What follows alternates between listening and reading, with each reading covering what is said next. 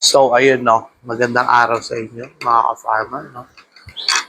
Um, Dito kami ngayon sa Daet, sentro ng Bagyo, signal number 2. Grabe. Yung iba nangyayari, sobrang lakas ng hangin, ng ulan. Nakakaawa rin yung mga nangyayari ngayon dito. Grabe na rin lubog sa sentro. So ngayon, inaalala ko, share ko lang sa inyo yung mga tanim namin sa Pangasinan. Papunta ang Bagyo ngayon doon. Oh, by the way, tara, coffee tayo. Grabe. Unti na lang, malapit na mag-harvest. Kaso lang, ito na nangyayari. Yung palay natin ngayon, lulubugin yun. Lubugin ng tubig hanggang sa masira siya. Siyempre, ganun din sa mga tanim natin dun sa kabila. Yung tanim kong kamatis, naalala ko paano mangyayari sa atin ngayon pag sobrang lakas ng bagyo sa Pangasinan. Nakakalungkot lang, no, mga farmer. Mapapakapi ka na lang.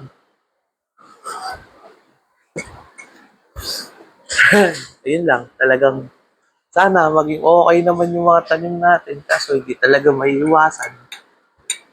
Hindi natin maiiwasan yung mga lugi. Kaya ganun ang mangyayari. Talagang malulugi tayo ng mga farmer. Kakalungkot lang isipin. Siyempre, gumastos tayo doon. Hindi lang gastos. Yung pagod, yung pagod, yung hirap, yung puyat. So, ayun. Dami na lang sa kape yan, mga farmers. Hmm. Ganun talaga ang buhay. Kapi-kapi na lang. Alam mo, ng problema. Pero meron yan. Mangyayari, lugi na naman. Inaalala ko rin, no, mga farmer. Mga nagtanim ng sibuyas sa atin. Lalo sa airpat. Ganitong diretsyo ang bagyo. Malamang sa alamang, talagang walang tutubo doon. Kung may tumubo, magsira. Inisip ko rin yung mga karating natin ng mga nagtanim ng sibuyas. Talagang lugi na naman. Hindi ko na naman alam gagawin ko na ito. Ubus na naman ng ating punan. Pero, sige, tuloy lang. Yun, share lang ng thoughts. Hanggang wala tayong magagawa. Hindi ka na lang. Panahon yan. Wala naman makapagsabi, di ba?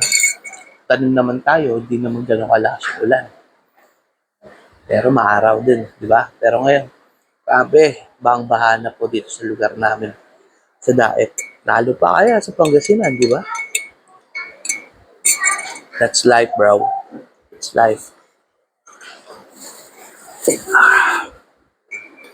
Kaya, sa mga nagsasabi dyan, madali lang magbukid. Nag-isip-isip ka, kaibigan. Kung madali lang, hindi. Enjoyin mo na lang bawat moment ng buhay. Diba? So, ayun. Grabe. O siya. Kaya ulit, usap tayo.